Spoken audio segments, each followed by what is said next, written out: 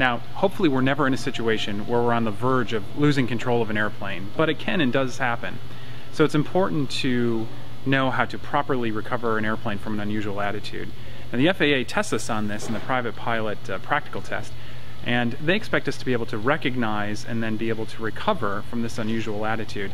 And far from being a real upset situation, say where the airplane's inverted, it's really more of a sort of benign condition that your instructor or the examiner will put you in, and then it's up to you to be able to recover.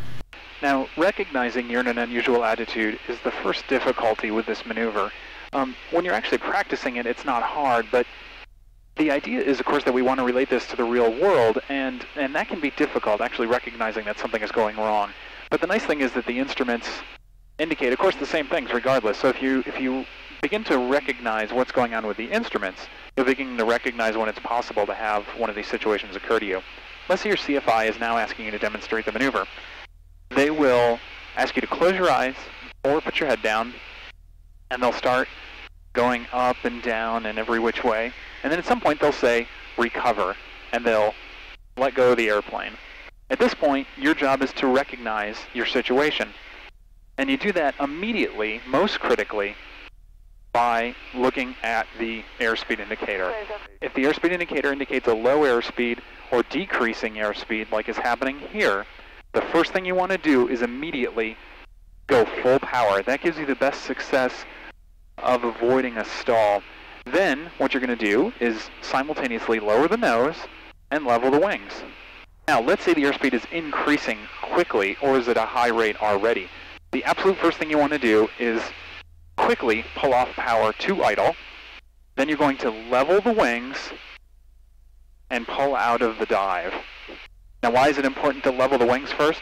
That's because when you're banked, your loading is unequal on the wings. And so to avoid potential damage, you want to level the wings first and then pull out of the dive.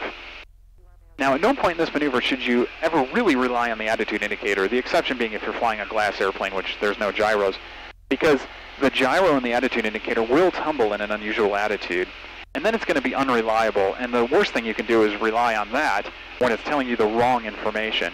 So what you first look at, of course, is the airspeed indicator, and then you want to look at the turn coordinator. That's going to tell you how you're banked. So you can see right now we're banked left, we simply bank right, and when the wings are level, we're level. Because we don't have the attitude indicator to indicate pitch, we have to use another instrument or combination of instruments. The altimeter gives us the best source of information here, but it takes some time to know whether you're climbing, meaning the altitude is going up, or you're descending, meaning the altitude is going down. A more immediate source of information is the VSI.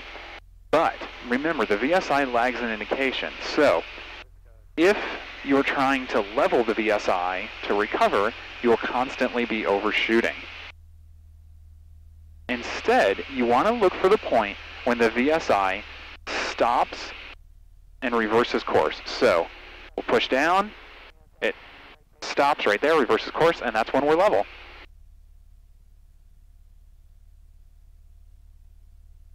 Now here, we start pulling up, it stops, reverses course, then we know we're level. That's really all there is to it. It's a really nice, reliable indication.